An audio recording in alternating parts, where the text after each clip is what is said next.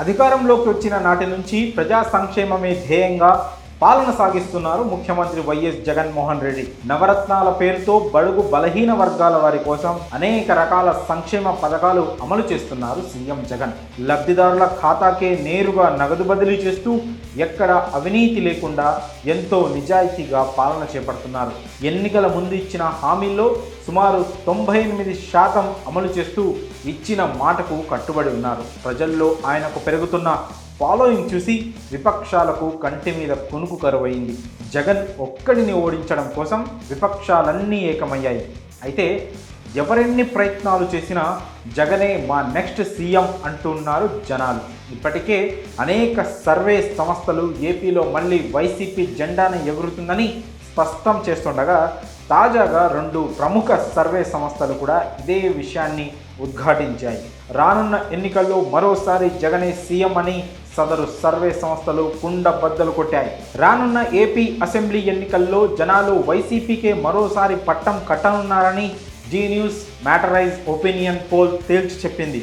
దీని ప్రకారం రానున్న లోక్సభ ఎన్నికల్లో వైసీపీకి 19, టీడీపీ కూటమికి 6 ఎంపీ సీట్లు వస్తాయని వెల్లడించింది. అలానే అసెంబ్లీ ఎన్నికల్లో వైసీపీకి 125, టీడీపీ కూటమికి 50 అసెంబ్లీ సీట్లు వస్తాయని ఈ సర్వే వెల్లడించింది.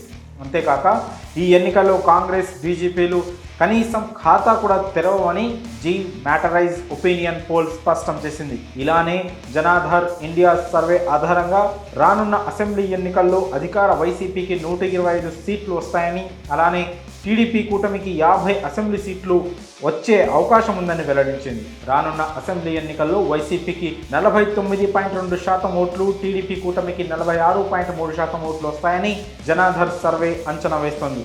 అలానే ఈ ఎన్నికల్లో బీజేపీకి 1.1%, కాంగ్రెస్కు 1.3% ఓట్లు వస్తాయని వెల్లడించింది. ఇక జనాధార్ అంచనా ప్రకారం లోక్సభ ఎన్నికల్లో వైసీపీకి 17, టీడీపీ కూటమికి 8 ఎంపీ సీట్లు వస్తాయి. లోక్సభ స్థానాల్లో బీజేపీ, కాంగ్రెస్ పార్టీలు ఖాతాలు తెరవని ఈ సర్వే స్పష్టం చేసింది. ఇక సీఎం వైఎస్ జగన్ పనితీరు బాగుందని ప్రజలు చెప్తున్నారంటూ ఆయా సంస్థలు పేర్కొన్నాయి. జగన్ పనితీరు బాగుందని దాదాపు 62% ప్రజలు సంతృప్తి వ్యక్తం చేసినట్లు సర్వేలు పేర్కొన్నాయి.